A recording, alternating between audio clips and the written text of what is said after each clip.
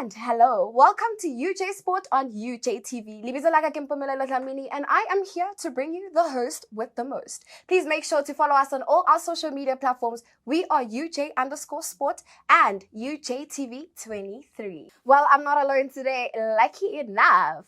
Get what I did there. Lucky. I see what you did, eh? I see it. Well, today we have a Lucky Mfokeng, also known as the UJ Sheriff. Cody, we're talking primarily cricket today. Yes. We're talking about the Enza Premier. Yes. We're talking about 336 runs for 7. Yes. Oh my word. Yes. We're talking about winning the league. What is your take on the league so far? Thanks once again for having me, Lelo. It's always a pleasure, yeah. And today we're talking cricket, which is something I like and I played. So now when we're talking about the Enza Premier League, it's considered one of the best club leagues in the province, in the country rather. And for us to actually go and win the 2023-2024 season, it's fantastic. I think a lot of people had written UJ off because of certain things, looking at how we performed at USA. So for us to come back here and actually win what is considered the best or one of the best club leagues in the country was actually fantastic. I'm chuffed with the boys. It's unfortunate that I couldn't be on the field. Some people will make me feel better and say, no, next time, but it's because I wasn't good enough. That team is solid. It's hard. So yeah, I'm happy and I'm proud of the boys. And last year it was 3rd place, ne? Last year was 3rd place. This year is a trophy. Yes, a sour 3rd place because of the start that we had, how brilliant that we were playing. And this year to go all the way and win it. But not only just win it, there was, some problems with the point system. And we had to actually go into a 50-over league final, which has never happened before. And looking at the result of that game, it was absolutely fantastic. Hi. It shows that true champs will overcome any challenge that's brought in front of them. And that's what the boys did. And bringing up true champs, we're talking about Ulinda Ndlovu and my closer. Definitely, that's me. Ulinda Ndlovu, who can keep a batsman for the first team cricket. And then, man, I don't know what to say, but it's been a lovely season. There's a lot to say about it. There are lots of positives, lots of negatives. But yeah, we hope that we got the W at the end. Yeah. And on my further left, we have David Rodda. Thank you for having me here, guys. It's a pleasure to be with you guys. And what's your take on the season? Yeah, it's been a great season. I joined after January. Yeah. And since coming in, it's just been amazing. The team is fantastic. The environment is unbelievable. And yeah, to stand at the end of the season and lift the 50-over trophy is just the cherry on top of the cake. And just to put us into a frame or a picture, what did you guys feel that same morning when you had to wake up and prepare for the game? What were the emotions like? We can start with David. So obviously I've been in that moment before. To be in that moment in the UJ badge, in the UJ colours, is something special, We've trained hard the whole season. Yeah. I mean, you wouldn't even believe the work we've put in.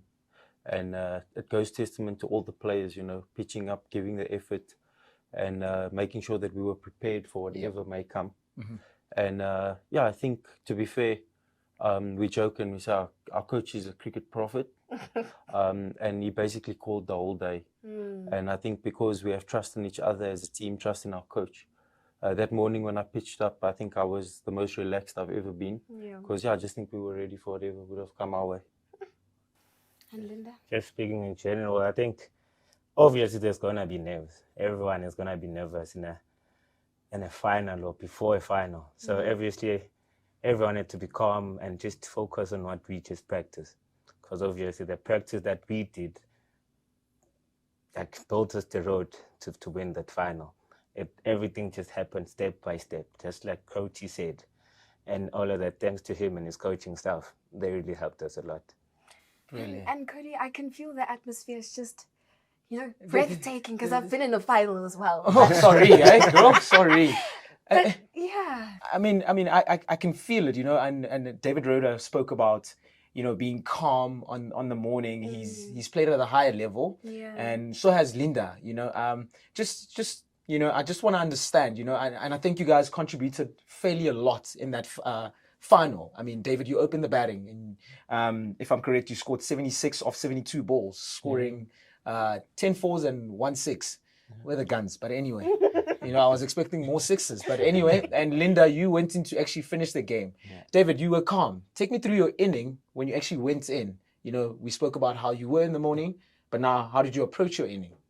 So basically, now for 2 weeks I've been working hard with coach. He's been transforming my batting a lot. Actually, I've found more power against more fours and not sixes. Yeah. But yeah, I think we've been working so hard. Coach has really invested in me, and having the role of opening the batting. I just trusted the process. I trusted that what I've been taught, what I've been coached, would come to the fore. And then obviously we had so much momentum. Yeah. I think our skip bowled the last over of the game, taking 3 sticks. We had so much momentum with us that when we went into bat, that momentum just rolled over. 100%. And when we looked up again, we were flying. 100%. Yeah. That's beautiful. And I mean, you spoke about, coaches trusting you. Linda, I'm going to jump over to you. I mean, he spoke about coaches trusting you. You made the massive move of moving from the University of Fort Hare, to come into Johannesburg. And it's a massive risk. And, you were already in the system that side, the provincial system that is. Mm-hmm. So what made you, or what, pushed you into making that decision of coming into the UJ system? Yeah, see, that's a tough one. Good question. But I have to say it's different environments, different cultures, different everything. Having to adapt to UJ, I had to figure myself out. Figure myself out in terms of cricket, where do I want to be and what are my goals. And obviously with cricket here at UJ, you have to play to a certain standard, which was what was different from at Fort Hare. The competition, everything. There's more pressure here at UJ than it is at Fort Hare. So I guess that's what I took upon, because I want to play professional cricket. Yeah. And for me to play there, I have to be amongst the best. So I put that into consideration, and then Coach Sia helped me out, man. Brilliant. Lelo, by the way, he's the one who took my spot. And, he came all the way from Fort Hare. He came this side. He took my spot. Now I'm here on UJTV looking all pretty. And we're talking about the support system, right? Yeah. Making such a big move is not easy, in terms of sports as well, in terms of academics as well. But how do you guys do it in terms of balancing school, balancing club, balancing also league? How do you do it? We can start with David. Yeah, so I think, first of all, the program and the system needs to be right. And I think UJ have it spot on. Yeah. To balance your studies, your work, for some of us as well, and your playing, and being ready for big matches. It means from the top things need to go right. And I think our coaching staff, they have our chairman, they have everything under control. Yeah. So there's a clear plan, there's structure. So when you come in, everything is set. All you need to do is just take care of your business. Yeah. And Linda? Just to add on that David just said, I'm going to speak on the player's perspective, because I think it all comes or boils down to the player, on what the player wants, on what the player wants to achieve here at UJ. So in that, you have to understand, how do I get through certain stuff? How do I get through my studies? How do I get through my cricket? So balancing all of that is key. And obviously when you come in, you find people like Codey. Because I took him as my mentor here when I came here. He helped me out, took it to brother, man, you have to find your way. This is the way. This is what. This is what. So having people to guide you will actually help you. So it's all about just not being shy to speak and ask around. Thanks for putting me on there, Linda. And And now, I mean, we've just won the Enza Premier League. Well done, gents. It was incredible to watch. I happened to be there and witness all of this. Now, we're moving forward. What are the plans? Because I know you're also preparing for another big final. What's the plan with that? And it's a different format of a game, if I'm correct. It's 20 overs. what will change now for us to actually win that one as well, and not only have one trophy in the cabinet? One of our analysts here, David, would say, not you, David would say, our trophies, well, our cabinets are big enough to fill a lot of trophies. What are the preparations going into the next finals? So obviously, the UJ Prem B side are the current holders of the T20 Prem B Championship. And obviously going into it, I think having won and tasted success last year and coming in as holding the trophy, I think nothing needs to change. I just think we need to stick to what we've been doing and yeah, just make sure that we implement whatever it is we need to implement. Brilliant. Linda, just so I can bring you in on this. I know you had a tough start at the season. You know, you played a lot in that Prem B side, and now obviously you've done well for yourself and you've moved up into the Prem A. Now, what would you say, is the culture the same in the Prem B side to the Prem A side?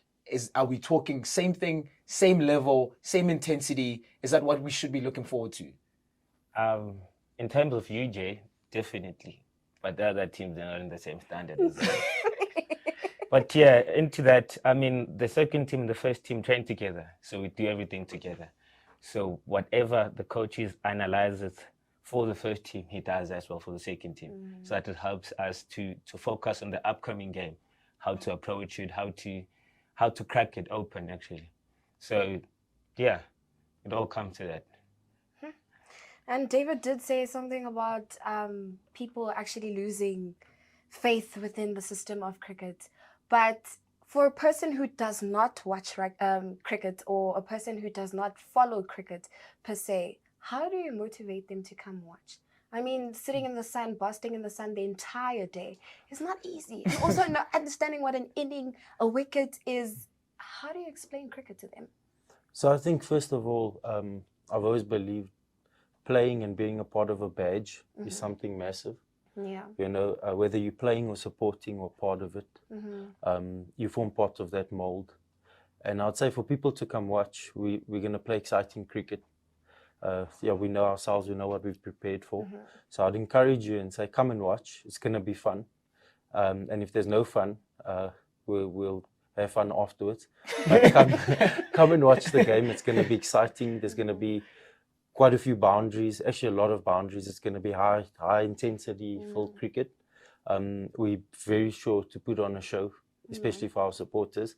And yeah, we play for the badge. So if you're coming to support us, we're going to be playing for you as well. And Linda, just explain to me, what is a 4 and what is a 6? Yeah, see. This is a boundary. This is a boundary.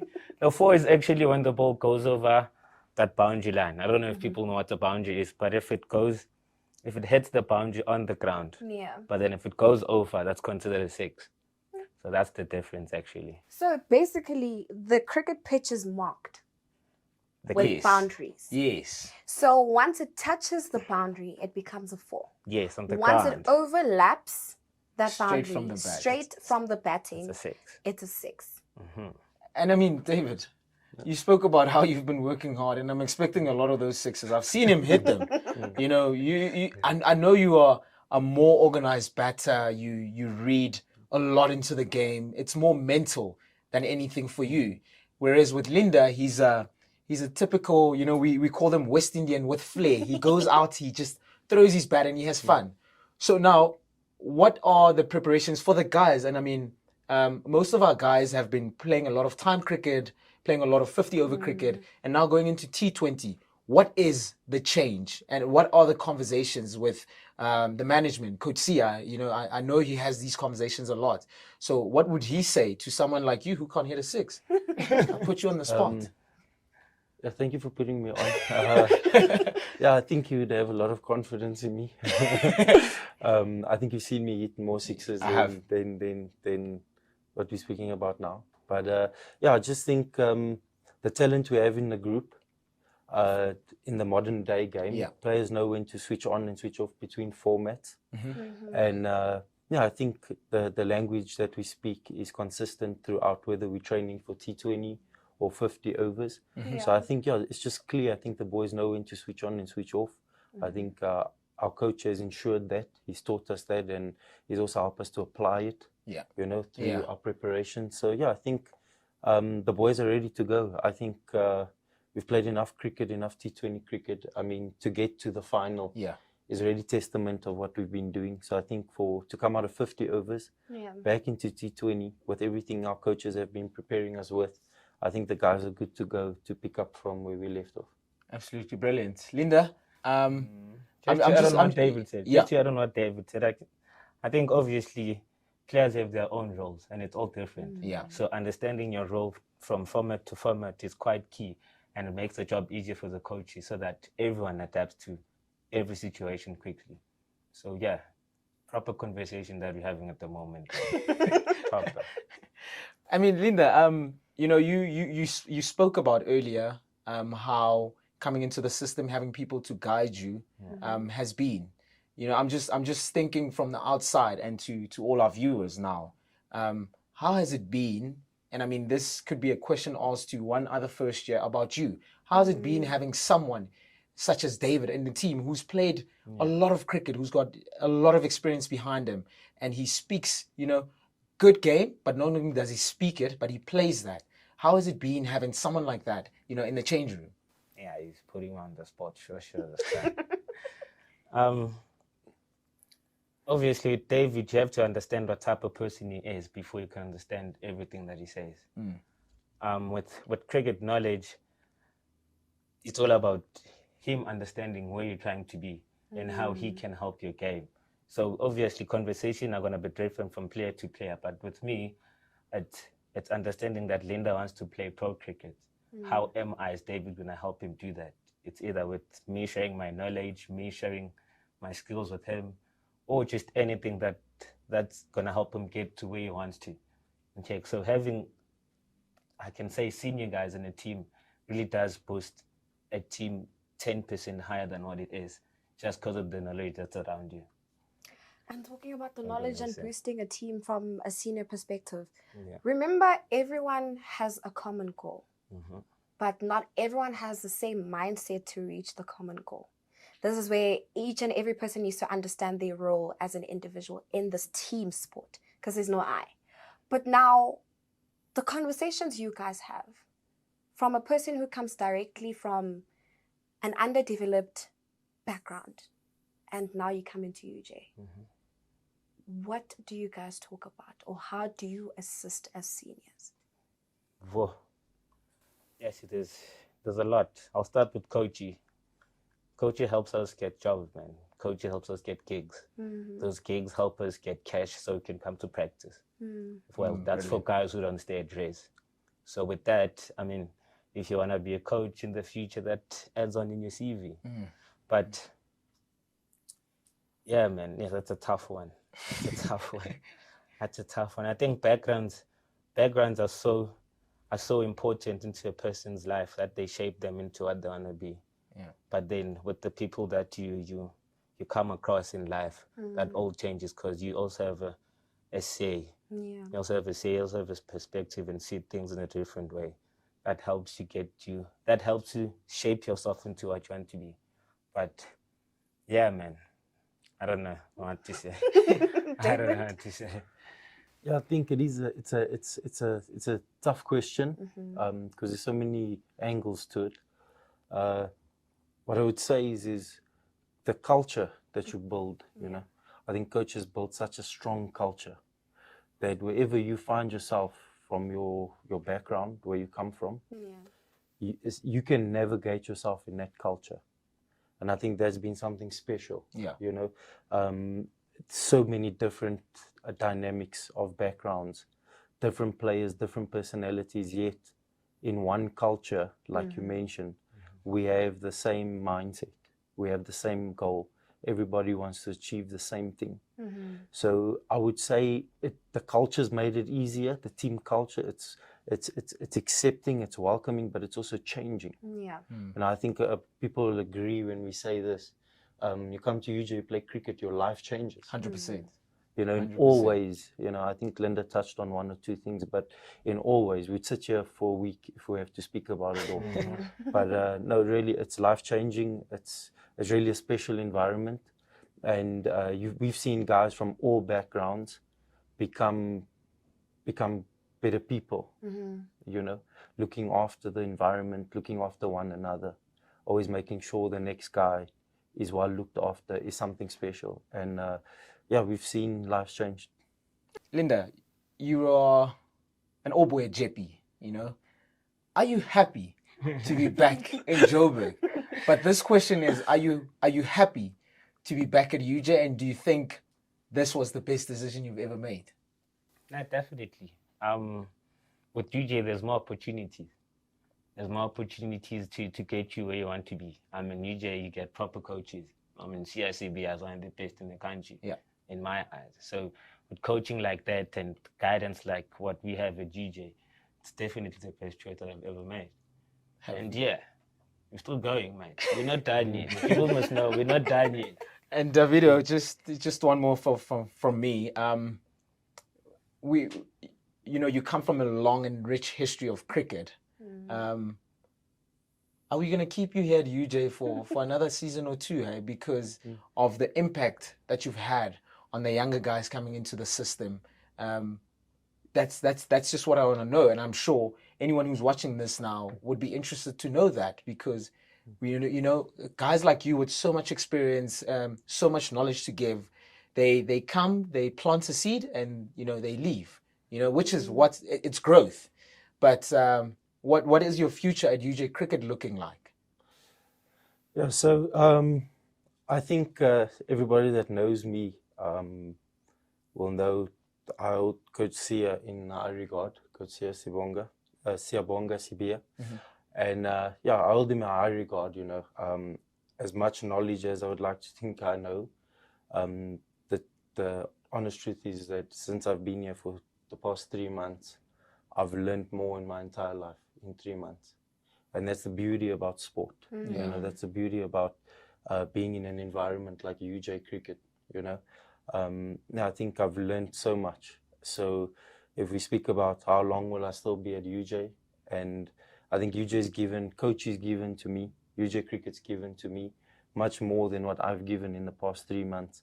So I think it will take a long time for me to give that back. So if we're talking years, I can't tell you now, but I know that one day I would like to retire my club cricket career at UJ. Very diplomatic. I like him, right? And I just want to ask just one question about the past. When you started playing cricket, you set yourself a goal. You went through entire record of cricket and different clubs. Looking back right now, what is that one thing you wish you had learned prior to moving on? I joke about this a lot, but I wish I met Coach Sia earlier. But yeah, I think that one thing would be having a coach that cares about you. I think you become complacent and you don't actually realize what you have until you don't have it. Especially as a player, like you've been there, and we've all been there.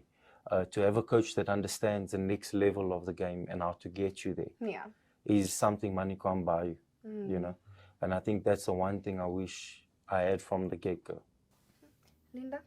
Yeah. Besides going to Forte and coming back. I wish I had just good advice, man.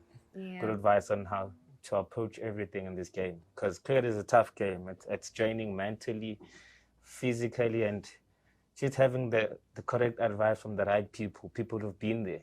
People who could tell you, Ella, in order for you to go there, you have to do this. Yeah. I think that's important. It could actually help you to get where you are in terms of your cricket, rather than skills only, but you being mentally in the correct space to face anything that comes your way. I think that's important. I want to know your role models. Yeah. Ask my mom. Hey. Surely, bruv. Mandlo. And David? Would It's that be a cricket role model or just a Any role in model. general? One person that's one person I look up to. It's me. Yeah, I don't know. I think I would say, I'd have to say a guy that not many people might know him. I call him a brother and a friend. Now I'd say Coach Donovan Kroot. I think his life story is amazing, Yeah. you know, and his love and passion for the game, the way he looks after his family, yeah, just everything that he embodies and practices. Yeah, I think he's somebody in the past couple of years that I've seen really do some wonders. Yeah. And so, yeah, and if we're talking just role model, I would include him there. Cricket-wise, Yeah. yeah, my role model in cricket has always been and will always be Herschel Gibbs. Yeah, Sorry, Cody. I think he just revolutionized cricket in general. You know, he batted at a quicker strike rate. He knew how to score faster. Yeah. And yeah, I think he's someone in cricket that has left a lasting legacy in a lot of players. On a lighter note, Cody, I'm sorry for that one that you won't mention, but it's okay. From here, what is our future looking like? What are we doing in the next couple of months? Back to the drawing board. Are we looking to start better in the next season? Are we looking to finish better at a higher rate, maybe more runs? What are we looking at? Personal goals. Our season's not done yet. Still got one more game. Still got one more trophy to win. And then My man. and after that, surely we'll have a month break and then pre-season. And pre-season will start us off with the in-season. And then, obviously, that's preparation for USAs, the big one. Aye, stress levels go higher. Yeah, I think it's just maintaining the brand of cricket we're busy playing. Like Linda mentioned, there will come a break. We've still got the T20 final. Yeah. But yeah, just maintaining that brand of cricket and respecting the space that we're in, respecting what we have. And I think the bigger things to come, Yeah. yeah, we just make sure that we'll be ready for them. Please make sure to still tune in as we're about to just shift a little bit to Captain Fantastic. Well, from us, thank you, gentlemen, for joining us for this segment. And all the best for the future. We'll be coming through to more games. Hopefully, if Cody does, let me know when. Hopefully. We need more supporters. Worry not, gentlemen. It was quite emotional. Yeah? But I'm glad no one shed a tear. Aye. Proud of the game.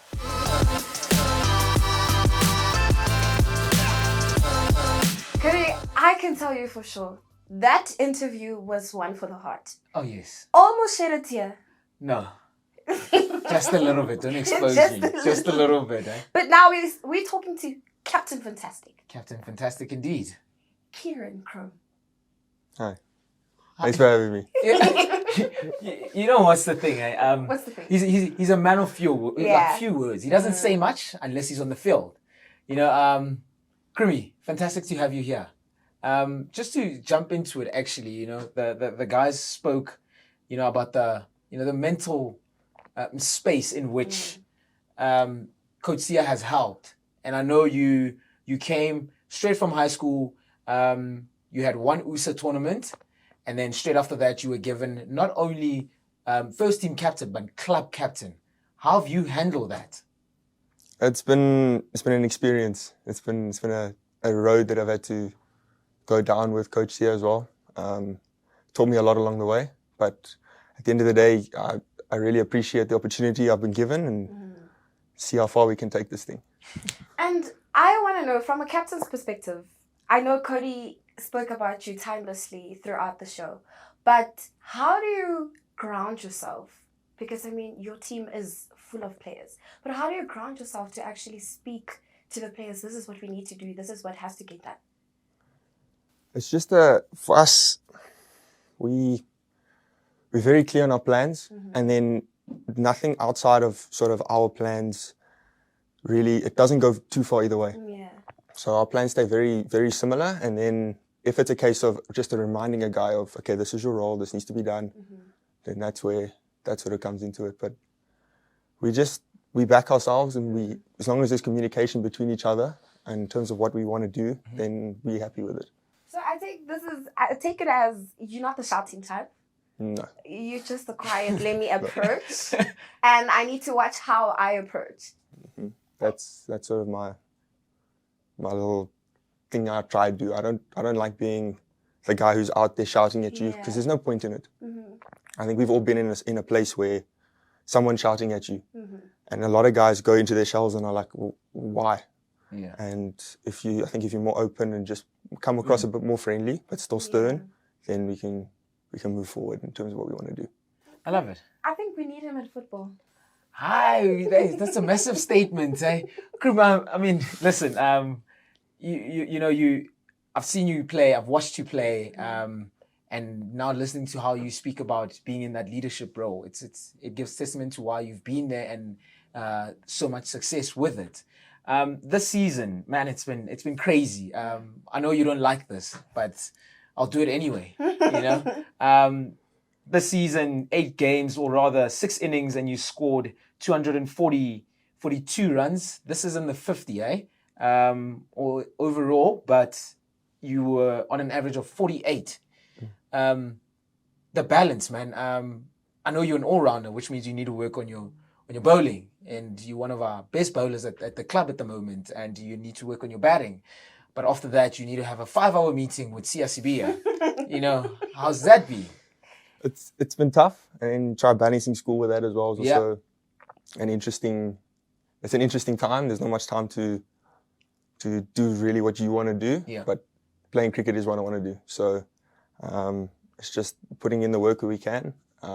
My focus is always on quality and not quantity, because I can hit balls the whole day if I wanted to. But it's just managing time, and then So I mean, I hear it, but I just want to jump deeper, because I also want to become a better player myself. Your processes, man. I mean, I watched you recently, just before the final. I watched you train. I mean, you came straight from class and you went into the nets, and you literally spent not a lot of time. And you said to me, like you said, quality, not quantity. Just take me through your processes. And I mean, over this weekend, you scored a 50, but a very brilliant 50, and that helped the team move forward. Just your processes in terms of how you go about your training, and now how you go about approaching a match. I think for us, or for me in general, at training, it's about covering all my bases. So I'll split down my training days. If it's 3 days a week, it's a day where I'm a bit more focused on technique work, and another day where it's about game situations, and then the last day is just bat, just be free. And then I feel like you can carry that over into your game on a Sunday. So, for example, on Sunday, I came in, we were flying. So then I can go straight into, okay, let's go have some fun, let's be free, and let's just express myself and show everybody what UJ is about. And just a picture for us. What happened throughout USA? I mean, it was a tough game, it was a tough tournament to look at. But now with the win of the league, this does uplift you guys in spirit. But now you're still looking ahead to another USA. Are you a little bit scared for the team? Are you doing anything about it? I don't think I'm not scared. I'll tell you that for free. Sorry. I guess, obviously last USA is not exactly what we were looking for. Yeah. I think we lost a lot of games, but the margins with which we lost were minute. Yeah. And it's those 1%ers that we focus on so flipping hard now at training. It's every little 1% we can get to get us better to where we need to be. And I think we're in a good space. I think a lot of progress has been made in the last 4 months. Yeah. And a lot more progress is still going to be made. So I firmly believe we're in with a serious shot at doing well at USA this year. That's absolutely brilliant, and you know what? I know I followed you guys, and I know it was very slight margins. I was quite upset, but now I'm just I'm gonna get back into your captaincy, and just to hear the conversations in the change room when you're with the boys. Just taking this last weekend as an example, or this 2 weeks ago when you guys won the Enza Premier A title. Chasing a massive score. It was a massive score. Correct me if I think you were chasing, they scored 336 in 50 overs. And I mean, if I'm watching from the sideline, I'm thinking to myself, yeah, it's gone. So now, David earlier spoke about, the momentum right at the end that you brought as a captain, What do you say to the guys, going into such a chase? It's a big score. Yes, we've got a little bit of momentum on our side, but what do you say to the gents? And following up that question is, what do you say to the gents in the next USA, considering what's happened in the last one?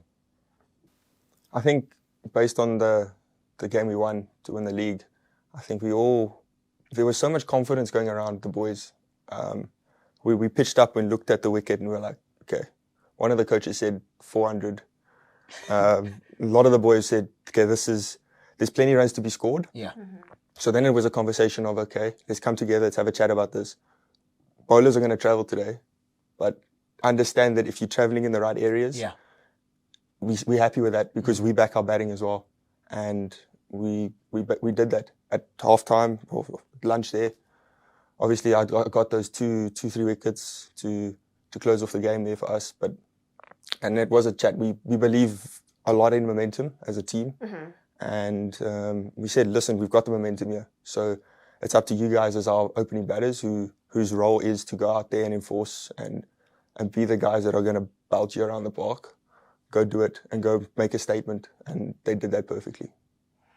And I want to look back at your high school career. You're currently in university, and I can imagine in matric you were so afraid that I don't know what's going to happen when I get to university. But looking back at you, the final day writing your exams, what could you say to yourself? I think be calm, trust the process. Because yes, like you said, I didn't know what I was doing. I had no idea. And obviously I've been blessed with this opportunity to play at UJ, and I'm really grateful for it.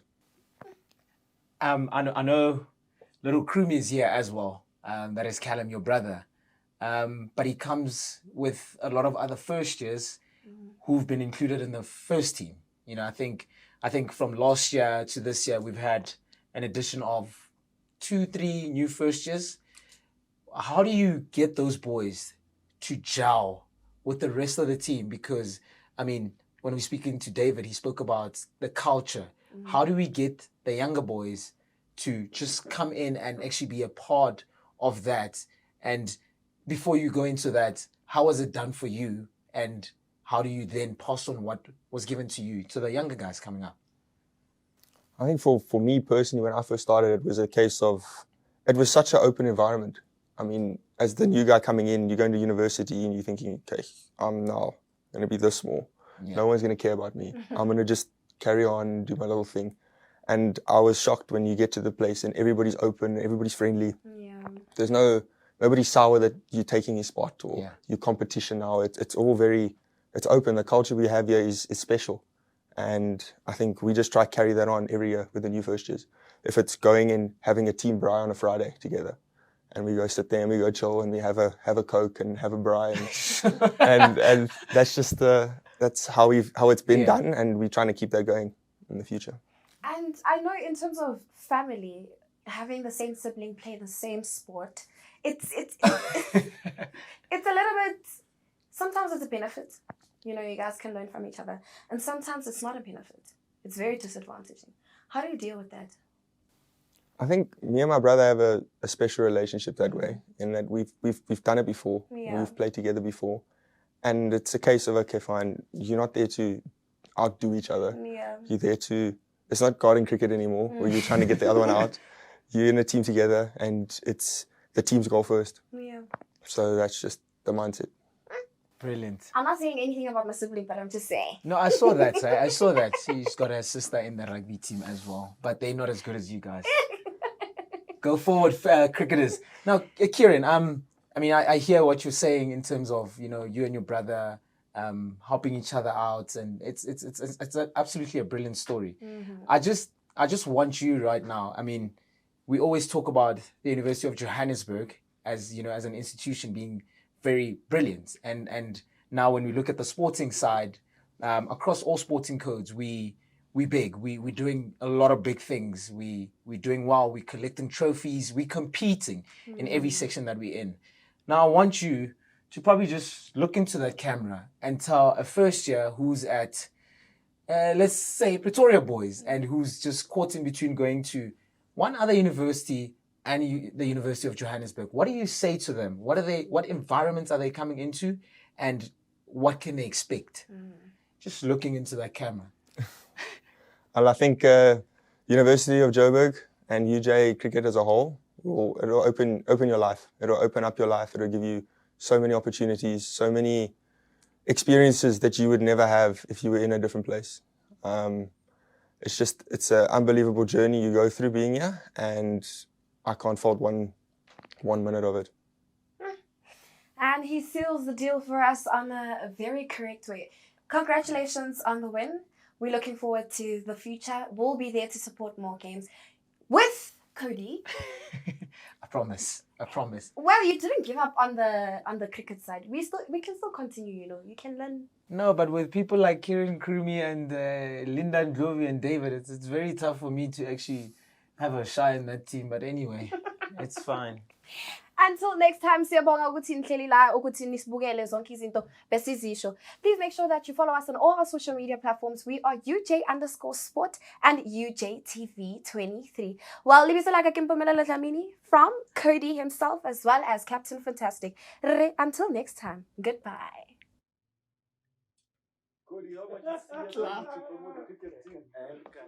The University of Johannesburg, the future reimagined.